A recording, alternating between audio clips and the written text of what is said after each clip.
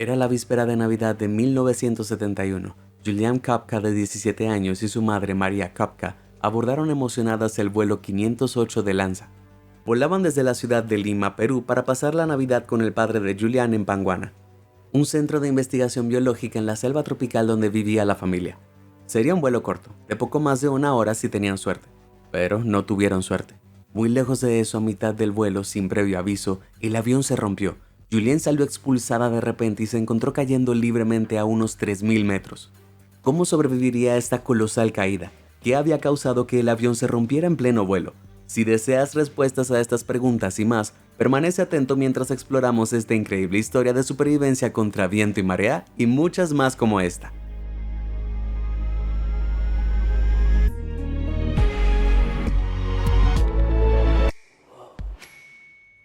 El día antes de su fatídico vuelo, Julian y su madre asistieron a su ceremonia de graduación de la escuela secundaria en Lima, Perú. Originalmente habían planeado volar a casa el 20 de diciembre, pero decidieron quedarse unos días más para asistir a la ceremonia. Un error fatal.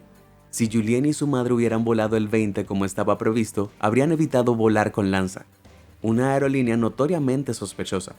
En los 5 años anteriores, 2 de sus vuelos se habían estrellado debido a errores del piloto. Estaban tan desprestigiados que el padre de Julian le advirtió a su esposa que no volara con Lanza.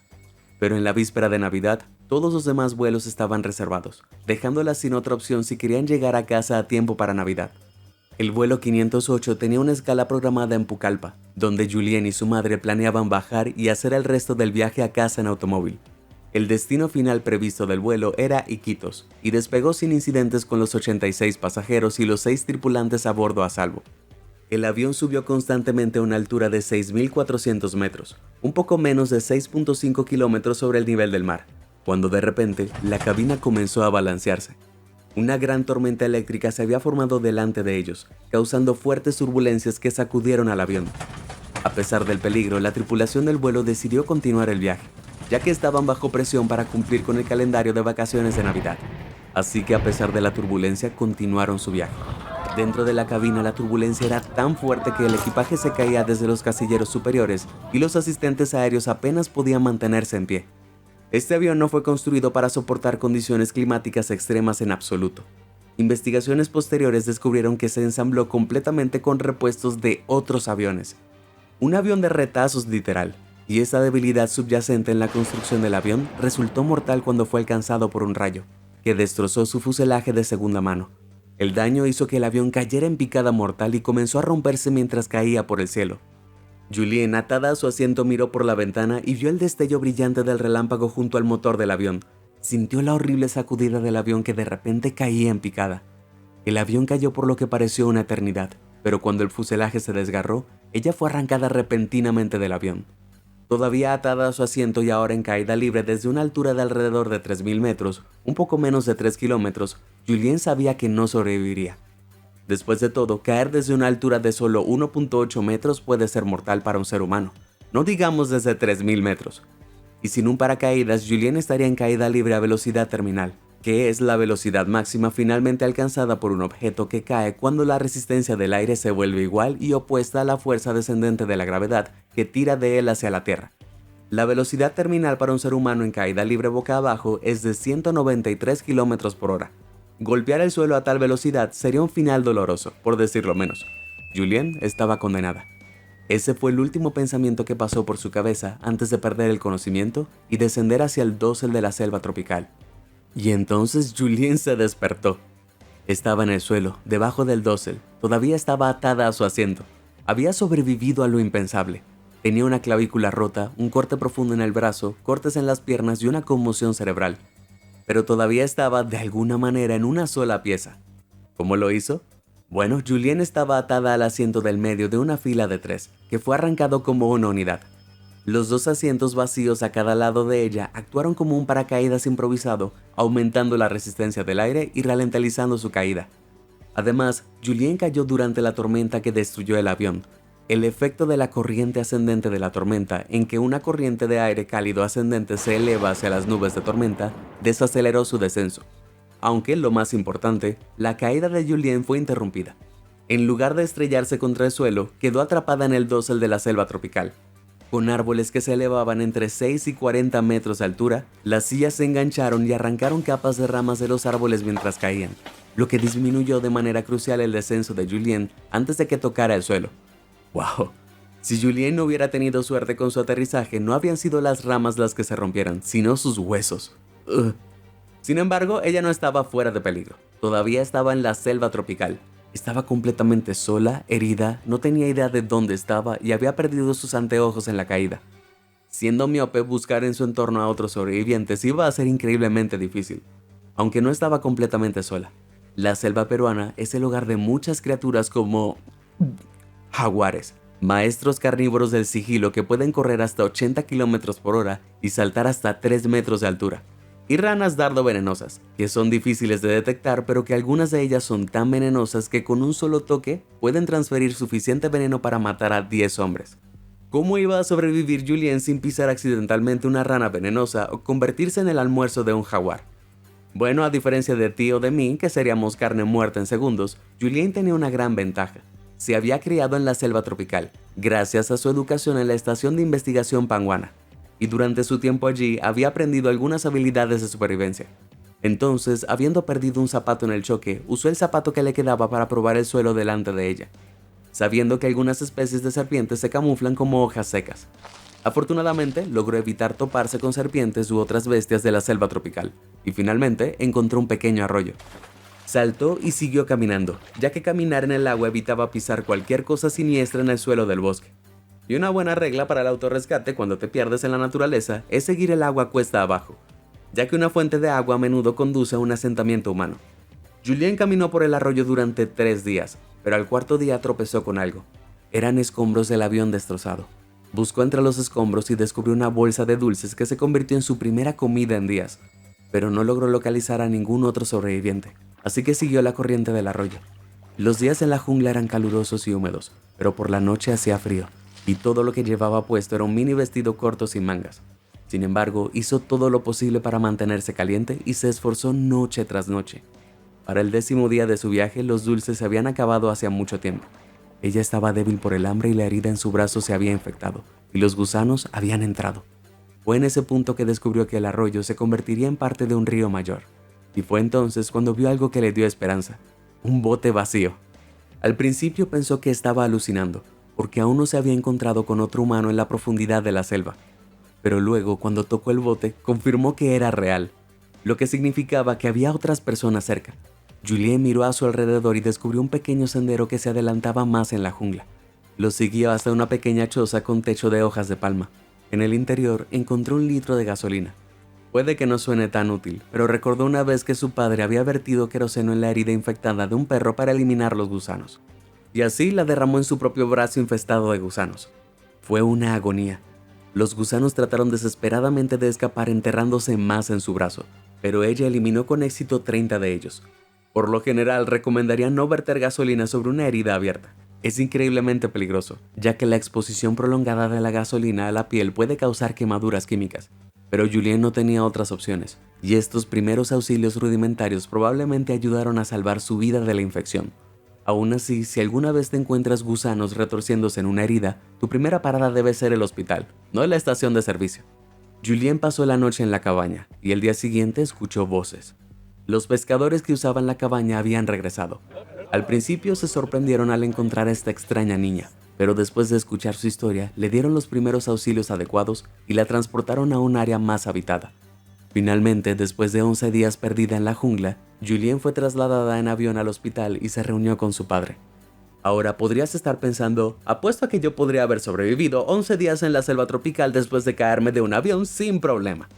Bueno, resulta que más tarde se descubrió que otros 14 pasajeros habían sobrevivido al accidente inicial, incluyendo trágicamente a la madre de Julien, María. Lamentablemente sus heridas eran demasiado graves y sucumbió a ellas antes de que pudiera ser rescatada.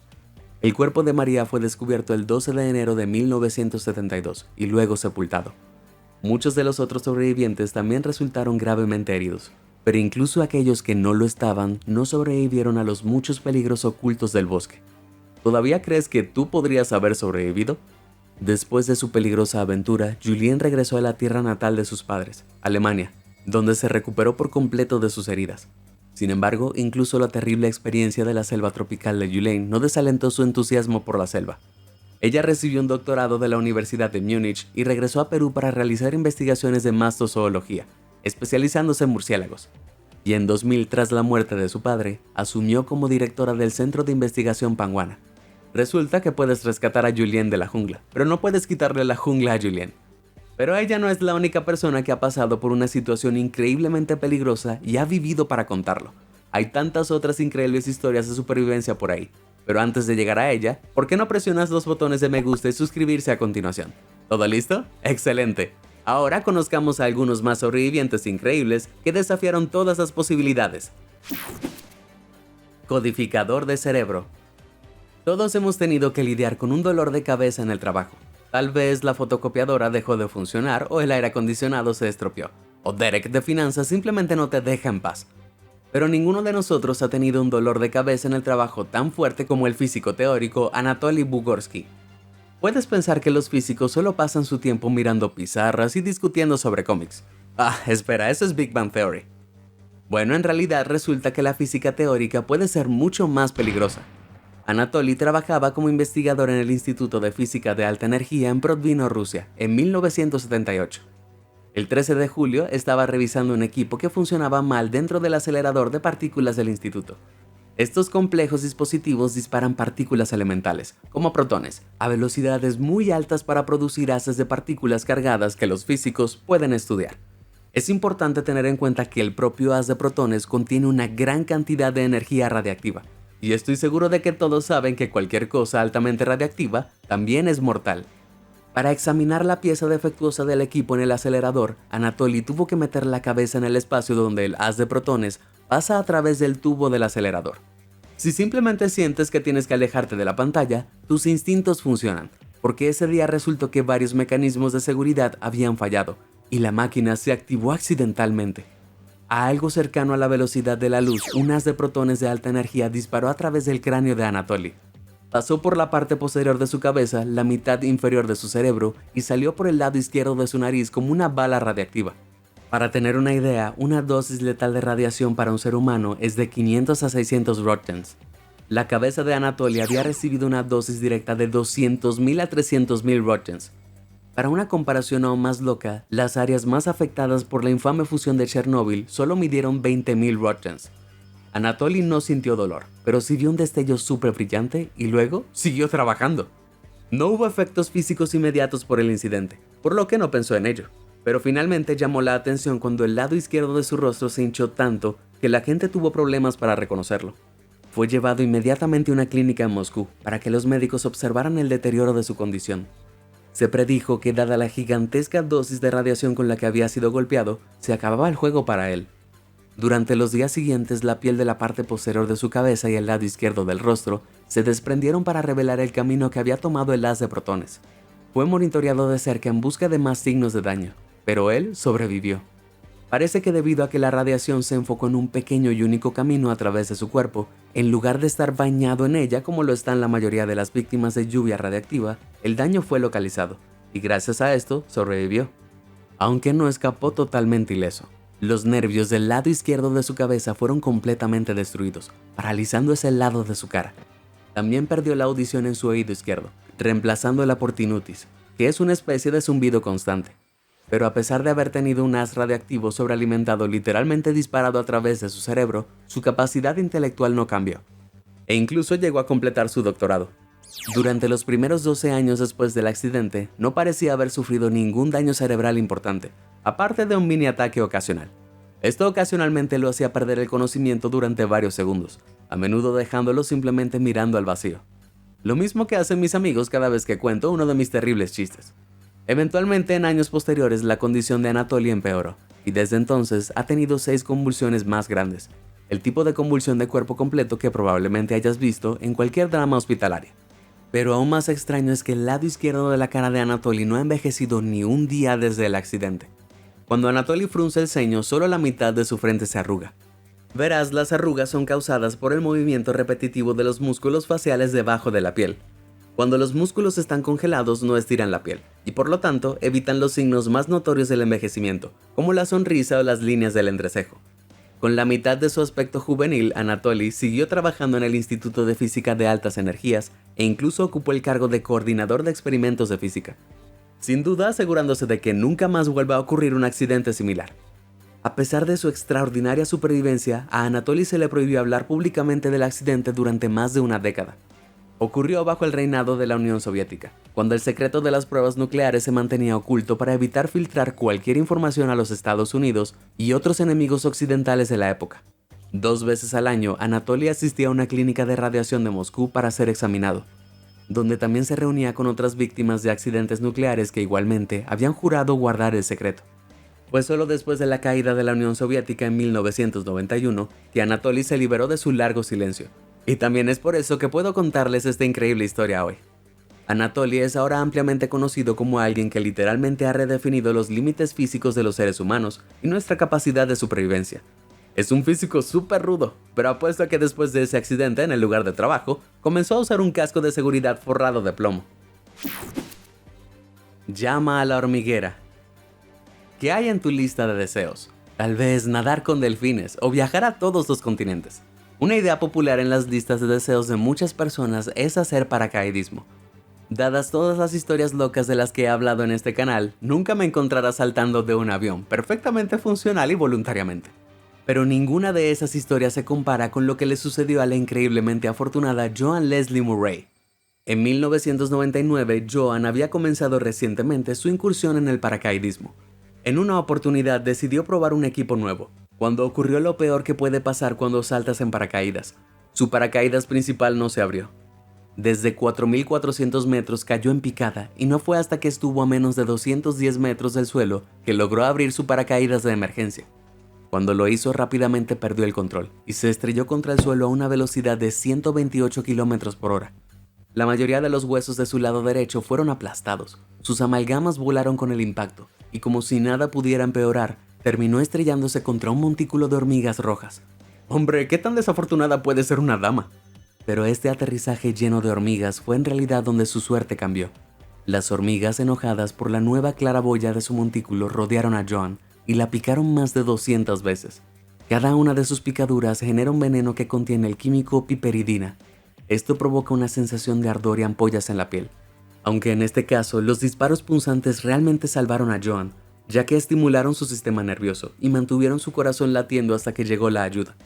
Joan pasó 2 semanas en coma después del accidente, pero después de 20 cirugías reconstructivas y 17 transfusiones de sangre, fue dada de alta del hospital 6 semanas después y se recuperó por completo. De acuerdo, uno pensaría que esto habría alejado a Joan del paracaidismo de por vida, ¿no? Bueno, increíblemente ella volvió a hacer paracaidismo solo 2 años después.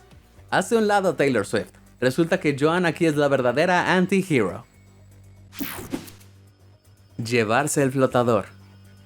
Llega un momento en la vida de un hombre en el que se siente perdido o insatisfecho e inevitablemente toma un montón de decisiones terribles, clásicamente conocida como la crisis de la mediana edad. Es el momento en que algunos hombres compran un auto deportivo que realmente no pueden pagar, o se hacen un tatuaje gigante en la espalda de un ave fénix. Te estoy mirando, Ben Affleck.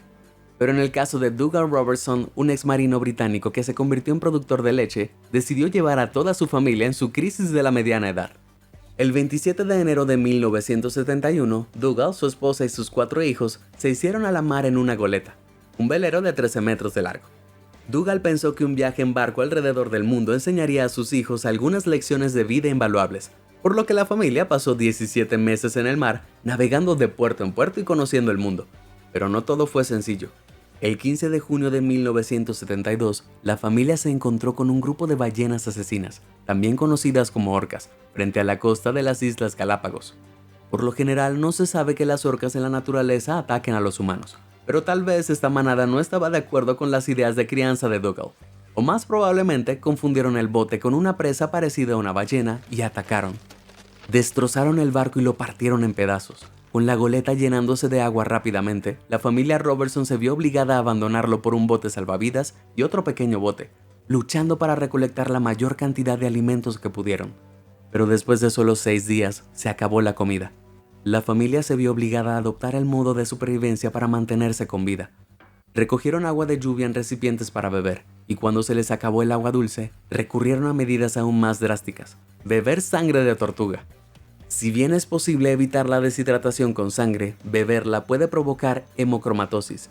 El cuerpo absorbe demasiado hierro que eventualmente daña los órganos internos. Aún así, es preferible a beber agua de mar, cuyo contenido en sal te deshidrata peligrosamente. Las tortugas se convirtieron en el principal suministro de alimentos de la familia, ya que podían cazarlas para obtener carne y derretir la grasa al sol para crear aceite para frotar sobre su piel y mantener el calor. Durante la asombrosa cantidad de 38 días, la familia Robertson estuvo perdida en el mar. Lograron sobrevivir lo suficiente como para ser descubiertos por un barco pesquero japonés el 23 de julio. La familia fue rescatada y regresaron a tierra. Aunque definitivamente fue una aventura que ninguno de ellos olvidó. Apuesto a que la próxima vez que Dougal sugirió un viaje familiar por carretera, todos estuvieron repentinamente muy ocupados. Ballena Ola. Todos tenemos una buena historia de vacaciones, pero nada supera la gran historia de Julie y Liz. En noviembre de 2020, Julie McSorley y Liz Cottrell navegaban en kayak en San Luis Obispo, California. El océano frente a la costa estaba repleto ese día tanto de turistas como de criaturas marinas, porque las ballenas jorobadas se alimentan de los peces de la bahía. Para las observaciones de ballenas se recomienda que te mantengas al menos a 91 metros de distancia, aproximadamente la longitud de un campo de fútbol. Sin embargo, Julie y Liz habían calculado mal la distancia. Como resultado, una gran aglomeración de peces conocido como bola de cebo nadaba extremadamente cerca de sus kayaks. Julie y Liz deberían haber tomado esto como una advertencia para quitarse de en medio, pero era demasiado tarde.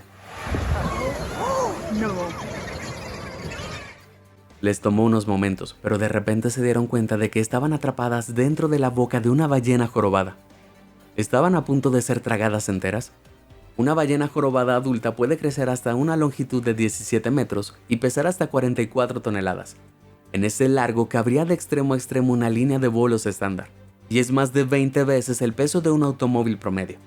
En una bestia gigantesca de este tamaño, habría mucho espacio en su estómago para Julie y Liz. Sin embargo, al contrario de su enorme tamaño, estas ballenas tienen gargantas diminutas.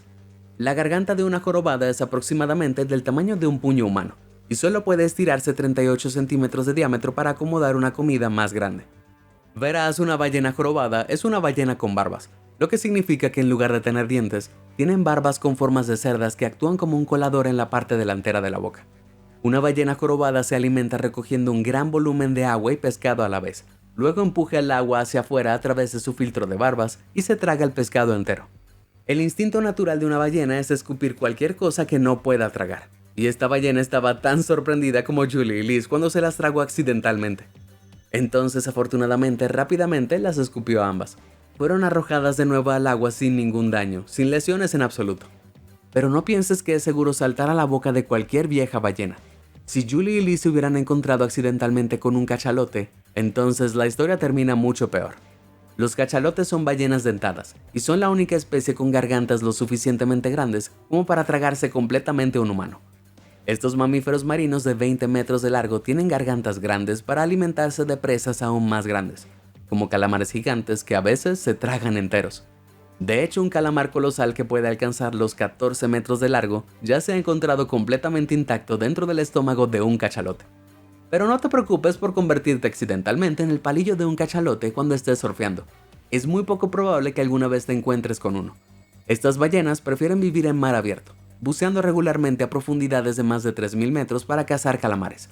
Entonces, a menos que estés navegando en un submarino, es poco probable que te encuentres con cachalotes pronto. Tampoco es que las ballenas quieran encontrarse contigo. Prefieren pasar el rato a solas y escuchar podcast. ¿Entiendes? Podcast.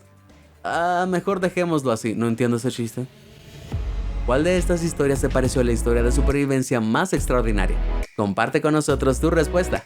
Si te sorprendió toda esta información, házmelo saber en los comentarios del video. Y nunca dejes de sorprenderte.